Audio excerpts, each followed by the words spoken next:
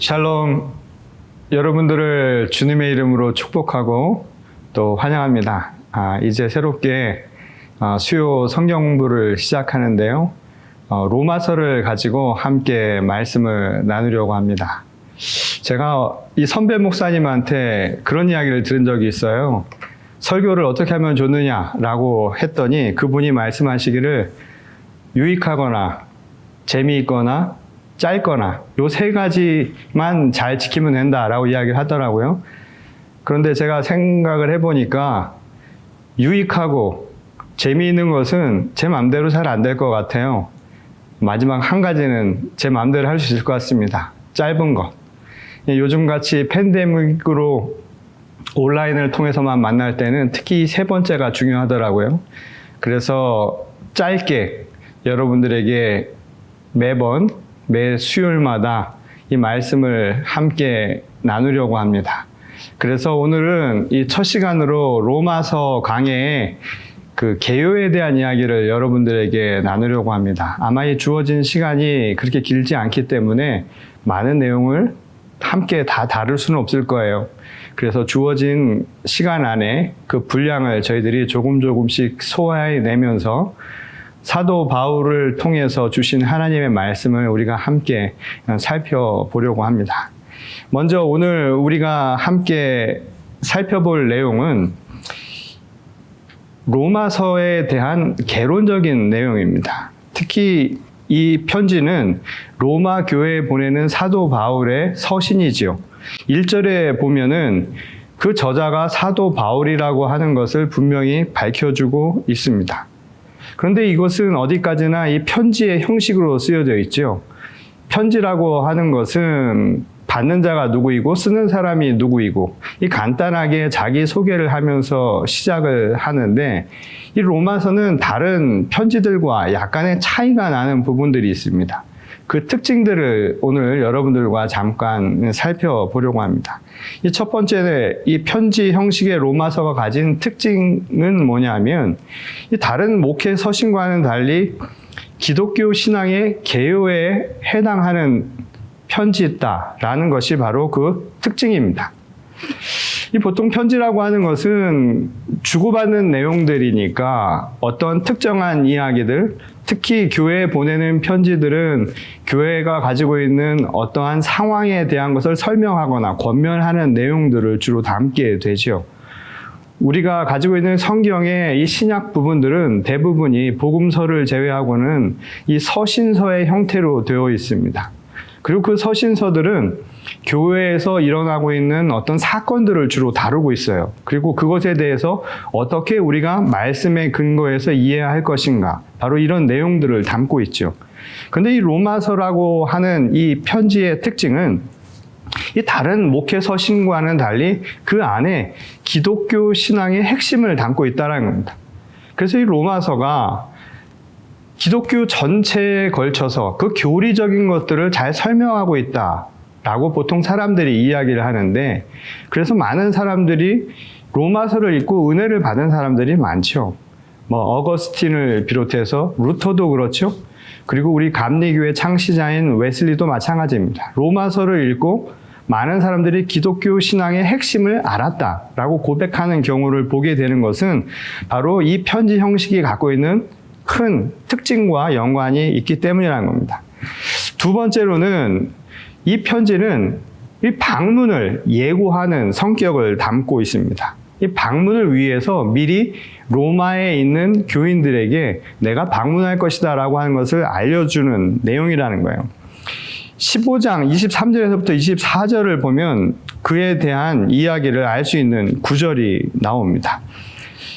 이제는 이 지방에 일할 곳이 없고 또 여러 해 전부터 언제든지 서바나로 갈 때 너희에게 가려는 원이 있었으니 이는 지나가는 길에 너희를 보고 먼저 너희와 교제하여 약간 만족을 받은 후에 너희의 그리로 보내줌을 바람이라.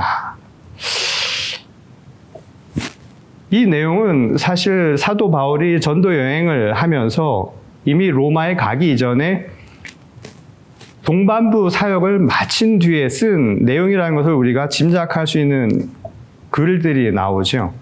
곧 소아시아 지역을 비롯해서 이 전도 여행 중에 복음 사역을 어느 정도 완수했다라고 사도 바울은 생각했던 것으로 보입니다. 그리고 앞으로 장차 서반부 지역, 그러니까 지금의 이태리나 또는 스페인 지역까지 하나님의 말씀을 전하고 싶은 이런 마음이 있었던 거예요. 그런 의미에서 그 당시의 땅끝이라고 하는 것이 어디였는가 우리가 생각해 볼 수 있다는 것이죠. 그 여러분들 지금 보시는 지도를 보게 되면 이 동쪽, 다시 말해서 소아시아 지역이죠. 팔레스타인 지역과 지중해를 중심으로 해서 오른쪽 편에 있는 동편 쪽은 이미 사도 바울이 교회를 개척하고 이미 전도 여행에서 많은 성과를 거두었음을 우리가 알고 있습니다. 그리고 이제 서쪽으로 나가서 그곳에서 하나님의 복음의 말씀을 전하고 싶은 그런 열망, 그리고 자기 소명에 대한 결단이 있었던 것이죠. 사실 이것은 사도행전 1장 8절에 나오는 말씀과도 연관이 있는데요. 그 말씀이 뭐였냐면 예수께서 부활하시고 승천하시기 바로 직전에 제자들에게 준 마지막 말씀이죠.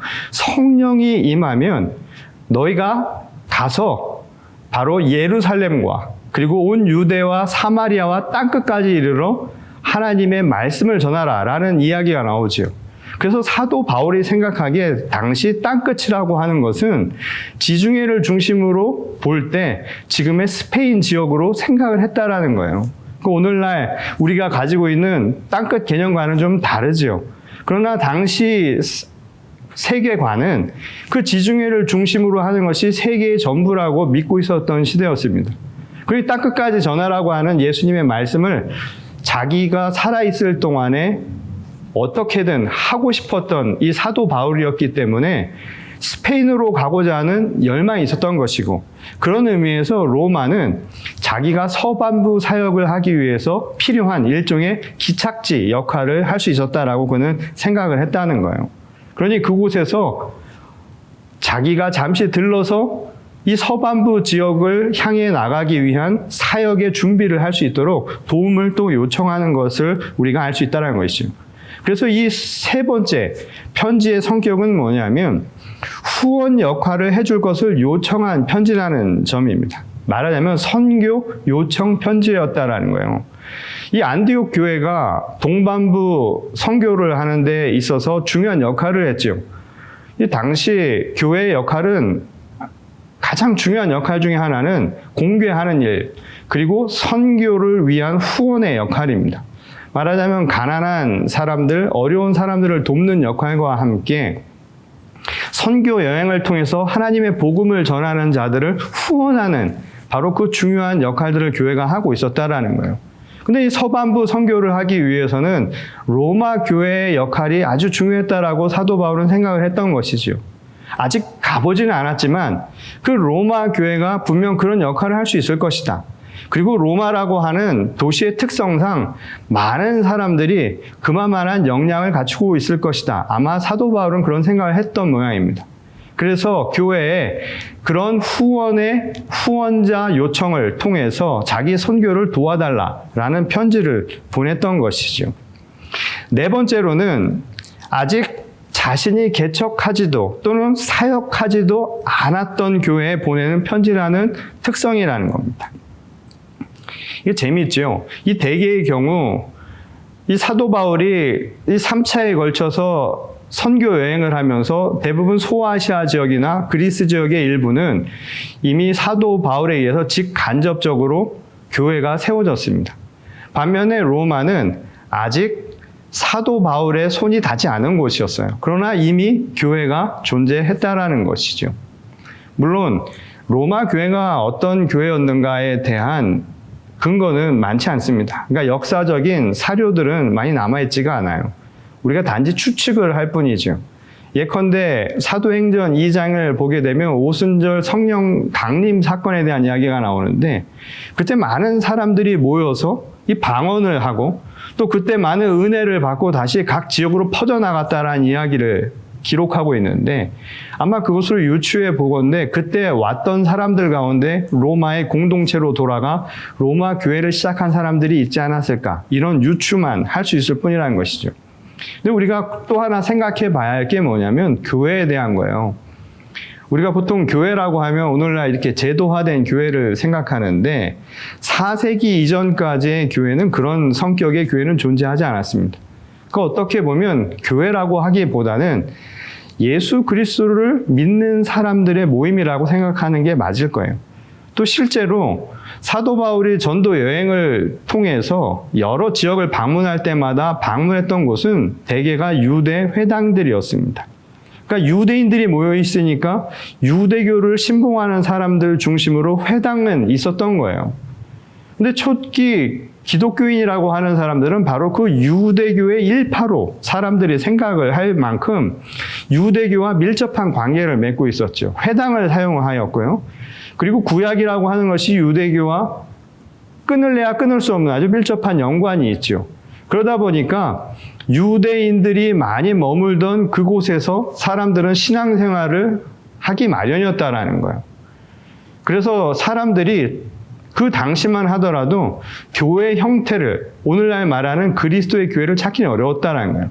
다만 유대인들이 유대교적인 전통하에서 회당에 모여서 그러나 예수 그리스도의 부활에 대한 사건을 나누며 예수님이 우리에게 전해주신 복음의 말씀을 함께 나누었던 것, 그게 바로 당시 초대 교회의 모습이라고 보는 게 더 정확할 수 있을 것이라는 이야기죠. 그러니까 아마도 당시 로마에 예수 그리스도의 부활 사건 이후에 또한 오순절 성령 강림 사건 이후에 성령의 역사를 함께 나누던 일정의 신앙 공동체가 있었던 것으로 보입니다. 그러니까 초대 교회에 있어서 중요한 것은 바로 부활에 대한 것이었고 또한 성령 강림 사건 이후로 그것을 함께 나누는 신앙의 공동체, 그리고 떡을 떼며 함께 친교하던 식탁 공동체가 아마 존재하고 있었을 것이다. 이 정도만 생각할 수 있다라는 거예요. 그래서 당시 로마의 교회는 사도 바울이 만든 교회가 아니라는 것을 우리가 생각을 해야 한다라는 겁니다. 그런 이유에서 이 로마서의 특징이 뭐냐면 다른 편지와는 다르게 자기소개가 길어요. 1절부터 6절까지 길게 자기소개가 나옵니다. 이 다른 편지들을 보면 1절이나 2절 아주 간단하게 끝납니다. 인사하고 자기가 누구인가를 밝힌 것 이외에는 본론으로 들어가서 당시 교회가 가지고 있었던 어려움들을 이야기해 주는 것에 모든 것을 할애를 하는 반면에 로마서는 자기를 소개하는 글이 길게 되었다는 거예요. 왜냐하면 자기를 잘 모르는 거죠. 교회가 자기가 세운 교회가 아니기 때문에 내가 누구인지를 모르고 또 장차 그곳을 중심으로 스페인 사역을 해야 하기 때문에 어떻게든 그들의 환심도 사야 하는 상황이 있었기 때문이라는 거예요. 그래서 15장 20절에 보면 이 사도 바울이 얼마만큼 로마 교회에 대해서 걱정을 하고 있었는가를 잘 보여주는 구절이 나옵니다. 또 내가 그리스도의 이름을 부르는 곳에는 복음을 전하지 않기로 힘썼노니 이는 남의 터 위에 건축하지 아니하려 함이라 라는 이야기가 나옵니다. 이 이야기는 뭐냐면 마치 남의 교회에 가서 주인 행사하려고 하지 않는다라는 거예요. 이미 있는 공동체에서 마치 내가 세운 것처럼 그곳에 가서 담임 목사 행사하듯이 하지는 않겠다라는 이야기인 것이죠. 그래서 남의 터 위에 내가 집을 짓지 않는다라고 고백을 했다는 거예요. 그러니까 내가 앞으로 그곳에 가서도 너무 나를 걱정하지 말라는 거예요. 최근에 한국에서 말 많은 집단이 하나 있죠. 신천지라고 하는 집단이 있는데 그 신천지의 특징이 그거 아닙니까? 남의 집에 가서 주인 행세하려고 하는 것이고, 그리고 이미 교인된 사람들을 자기 사람으로 끌어오려고 하잖아요. 그것과는 정반대의 모습을 보이는 것이죠.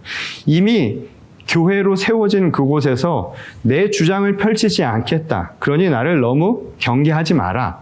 라고 하는 것이 이 편지가 가진 성격 가운데 하나라는 겁니다. 오늘 두 번째로 한 가지 더 이제 나누고 싶은 것은 이 편지가 쓰여진 이 배경과 목적에 관한 이야기입니다. 이 사실 당시는 이 로마의 제국이 이 지역을 집권하고 있었던 시기였죠.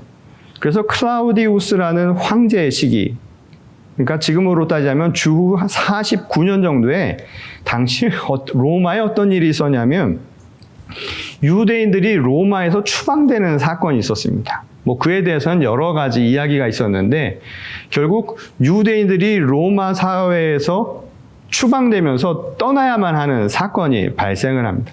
그러다가 몇 년 지나서 클라우디우스 황제가 죽고 난 뒤에 네로가 즉위를 하게 되는데 네로가 즉위하면서 약 54년 정도에 추방령을 폐지하게 됩니다. 그것은 아마 이 정당성을 자기가 확보하기 위해서 사람들의 환심을 사기 위해서 다시 유대인들이 귀환할 수 있도록 길을 열어주는 일이 벌어집니다. 근데 이것이 당시 로마 교회는 어떤 영향을 미치냐면 로마 교회라고 하는 신앙 공동체는 아주 작은 공동체였을 텐데 거기에는 기본적으로 유대인들로 시작했겠죠. 근데 그 유대인들도 히브리어를 쓰고 있는 유대인이 있는가 하면 이미 많은 시간 지나면서 헬라화된, 말하자면 오늘날 우리로 따지자면 2세, 3세가 되어 있는 유대인들도 있었을 것이고 또 그 공동체가 점점 확장이 되면서 로마 시민들도 그곳에 들어가게 되었을 것이라는 이야기죠. 그런데 황제의 추방령이 있은 뒤에 무슨 문제가 생겼냐면 유대인들이 떠나게 되면서 교회의 헤게모니라고 하는 게, 다시 말해서 교회 안에서 누가 주도적 역할을 하느냐라고 하는 주도권 그 자체가 바뀌게 되어버렸다는 거예요. 그래서 그 5년 정도의 시간 동안 추방된 이후에 다시 유대인들이 돌아왔을 때 교회의 많은 부분들이 변화가 있었다는 거예요. 그러면서 전과는 다른 일종의 주도권 경쟁이라고 하는 것이 교회 안에 벌어지고 있었다는 것이죠. 유대인이 아니라 오히려 이방인들이 더 중심이 된 상황들이 벌어지게 되었다는 겁니다. 그래서 로마서를 읽다 보면 앞으로 바로 이러한 힘의 불균형에 대한 이야기들이 나오게 되는 거예요. 그리고 그것은 유대인들만이 아니라 바로 로마에 살고 있었던 이방인들, 바로 그들과의 관계도 염두에 두어야만 이 편지의 성격을 이해할 수 있다는 것이죠.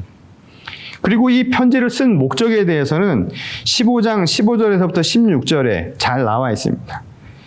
그러나 내가 너희로 다시 생각나게 하려고 하나님께서 내게 주신 은혜를 인하여 더욱 담대히 대강 너희에게 썼노니 이 은혜는 곧 나로 이방인을 위하여 그리스도 예수의 일꾼이 되어 하나님의 복음의 제사장 직무를 하게 하사 이방인을 제물로 드리는 그것이 성령 안에서 거룩하게 되어 받아 심직하게 하려 하심이라. 사도 바울은 이 편지를 통해서 분명하게 이야기하죠. 나에게 주신 은혜, 사도 바울이 말하는 그 은혜는 사도직에 대한 겁니다. 하나님이 나를 부르셔서 하나님의 종 삼아 주신 것. 그것은 곧 저 땅끝까지 가서 하나님의 복음의 말씀을 전하라는 것. 그래서 하나님의 나라를 이 땅 가운데 이루게 하시려는 것. 바로 그것이었다라는 자기 신앙 고백과 결단이 있었다는 거예요. 로마서의 목적은 아주 분명하죠. 그 땅끝까지 가서 하나님의 말씀, 그리스도께서 부활을 통해서 하나님이 우리를 사랑하신 그 사랑을 확증한 그 사건을 사람들에게 가르쳐 주겠다라는 거였습니다. 이게 바로 로마서의 목적이라는 거예요. 이 편지의 목적을 통해서 앞으로 우리가 읽게 된 내용들은 예수 그리스도를 통하여 보여주신 하나님의 그 한량없는 사랑, 그 은총에 대한 이야기를 우리에게 들려주게 될 겁니다. 우리가 다음 주부터 이 본문 말씀 한 구절 한 구절 읽으면서요, 저희들이 그 내용을 살펴보려고 합니다. 이 말씀을 통해서 우리도 2000년 전 주님의 교회가 세워졌던 그 첫 사랑의 감격을 함께 우리도 회복할 수 있기를 바랍니다. 그리고 이 팬데믹 기간 동안 여러분 무료하신 시간 말씀을 통해서 잃어버렸던, 잊고 지냈던 하나님과의 첫 사랑의 그 감격을 회복할 수 있는 저와 여러분 모두가 될 수 있기를 주님의 이름으로 간절히 축원합니다. 우리 다 같이 기도하시겠습니다. 하나님, 부족한 종을 통하여 함께 말씀을 나누게 하시니 감사를 드립니다. 주어진 시간 안에서 비록 짧지만 작은 것 한 걸음 한 걸음 걸어 나가며 사도 바울이 걸었던 그 발자취를 통해서 우리에게 주시는 하나님의 뜻을 다시 한번 헤아려 보고자 합니다. 하나님의 그 사랑과 은총을 다시 한번 회복할 수 있는 저희 모두가 되게 하시고, 이제 지속될 이 수요 성경 공부를 통하여서 우리의 지식이 자라나는 것이 아니라 우리의 믿음이 깊어질 수 있게 하여 주시옵소서. 모든 것 위에 함께 하시는 우리 주 예수 그리스도의 이름으로 간절히 기도드렸습니다. 아멘.